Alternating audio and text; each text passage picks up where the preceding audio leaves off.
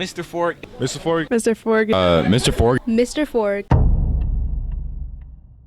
My name is Alex Forgue. I am a physics teacher here at Senn High School.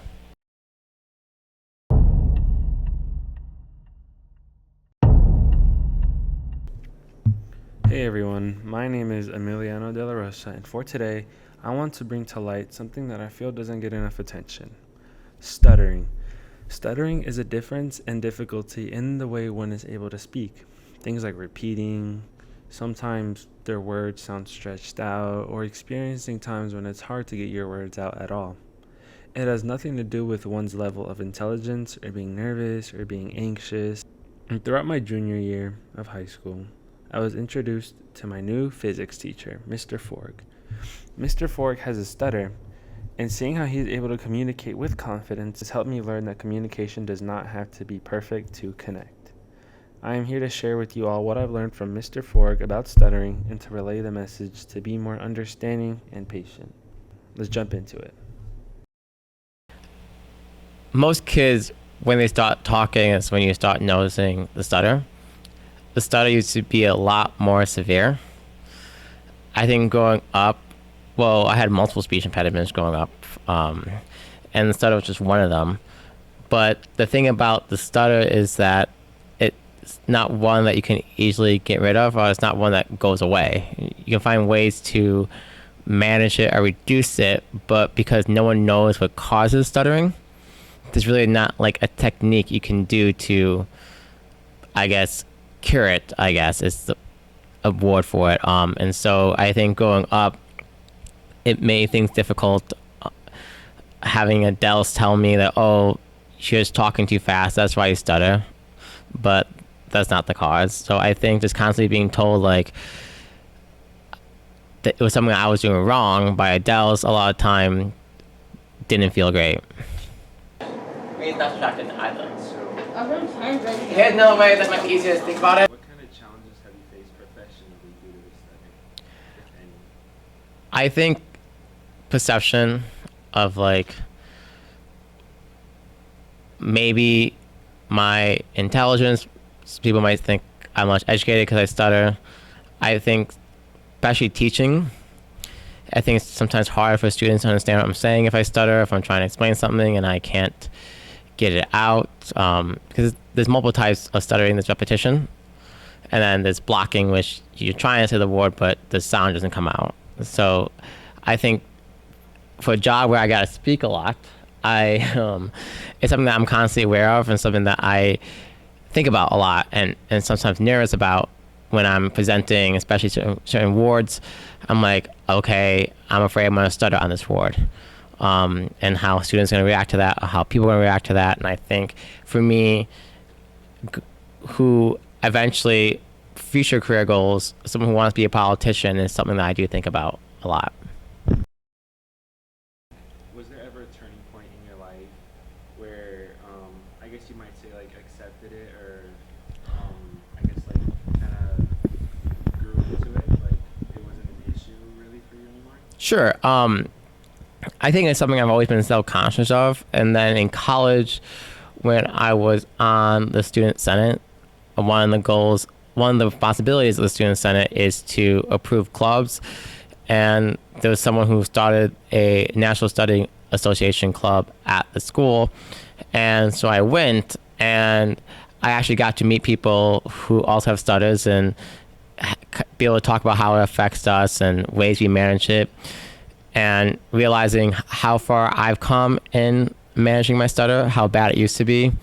It was even mentioned, the guy who ran the club, he's like, based on how he was speaking at the meeting, I didn't know you have a stutter. So I think that was a point of reflection for me to say I have improved it, and it's something that it's no longer something that I see as a major impedance of what I want to do in life, and it's something that I've grown to accept about myself. It's things that I wish I didn't have because how people might react, but at the end of the day, I know that it's not something that I can control, and it's something that I shouldn't be upset at myself about. Have you ever been in a situation where your stutter has caused issues with someone? Were they being insensitive suited to you? Do they like spark something? Can you tell, if any? Sure, I think there's a few instances, and a lot of the time it's not intentional. When like I said, growing up, Adele's telling me, "Oh, you stutter because you're talking way too fast," and that's not the case. Like, just slow down. Sometimes when you're trying to get a word out and like it's blocked, people will try to finish your sentence for you, and you shouldn't do that. That's for record for those who. And it's one thing a lot of people who stutter did say that they had problems with, is people trying to finish a sentence for them.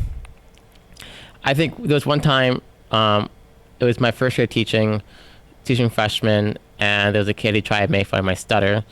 But I was shocked by the reaction of the class, who like got mad at him for it. And so that was supportive, and that was also kind of eye-opening thing for me, that okay, maybe my stutter is not that much of an issue, but it is annoying sometimes when you're trying to communicate and you can't get a word out, or you're afraid that you're gonna stutter, like I just did now. But I wouldn't say it has caused any like major like tensions between me and anybody, if that makes sense. What are some strengths you have made for yourself that allow you to be more confident? Strengths I've made for myself, I think just like reminding myself that we notice our flaws more than other people do. Like, we pay attention more to the mistakes we make than other people do. I think just like realizing that I'm not the only one who stutters, and I think when there's students who stutter and they have a teacher who stutters, that can at least be like some of a role model of like, okay, like I'm not alone, and that I don't have to limit myself to what I do. I think the strength is just a lot of just being able to, if someone blasts at your stutter, being able to accept that has more to do with them than it does with you. So, how do you feel about your stutter now? It's something that I still think about day to day, especially when I'm teaching, but it's not something I'm ashamed of. I think everybody wish that they didn't have a speech impediment, because it does impede people's ability to hear you or understand what you're saying. But I'm definitely more confident about it. I'm more accepting of it. And like I said, I've learned how much I've grown with the stutter to manage it, and other speech impediments too. And I've honestly didn't realize that until about like last year, because in the past, people ask me, oh, like, what's one like hardship you've gone through in your life? And I always be like, well, I lived an easy life. But now I can go back and go, well, I did have multiple speech impediments, including the stutter, and I learned to work on it. And especially something I decided I really want to do when I decided I want to be a teacher, because I know that kids need to be able to understand me if I want to teach. So, kind of to wrap this up, do you have any advice for someone who is struggling with a similar speech issue? What would you like to tell them that you wish you were told that you were teach? I think I like to tell them that it has nothing to do with what you're doing wrong, and that people don't judge you as much as you think they do, and it's something that you should just learn to accept about yourself, and those who matter aren't gonna have an issue with it, and anyone who has an issue with it doesn't matter. Mr. Forgue is the best teacher I've ever had, hands down. The most fun, understanding, greatest teacher I've ever met. I love him so much, and I hope that I will be able to catch up with him one day. You know, for me, Mr. Forgue is just a very understanding person. You know, if you talk to him, he'll listen, you know. That's the kind of person he is. Mr. Forgue is so cool. He's the bomb.com, and he's fast. He has speed. He's awesome. He rocks.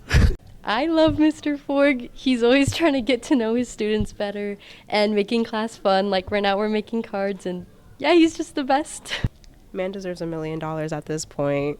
What about you? He put up with our class for a whole year, and managed to teach us a lot of stuff in the process. So yeah, goated physics teacher. Of course, you gotta go to him. Best teacher out there, personally. What about you? Mr. Forgue. Mr. Forgue. Wait, what? Okay. I like Mr. Forgue because he's really nice. He's always understanding. He's very flexible, and he always helps me in all my work. You know, like he's a very helpful teacher. Happy Teachers Appreciation Week, Mr. Forgue.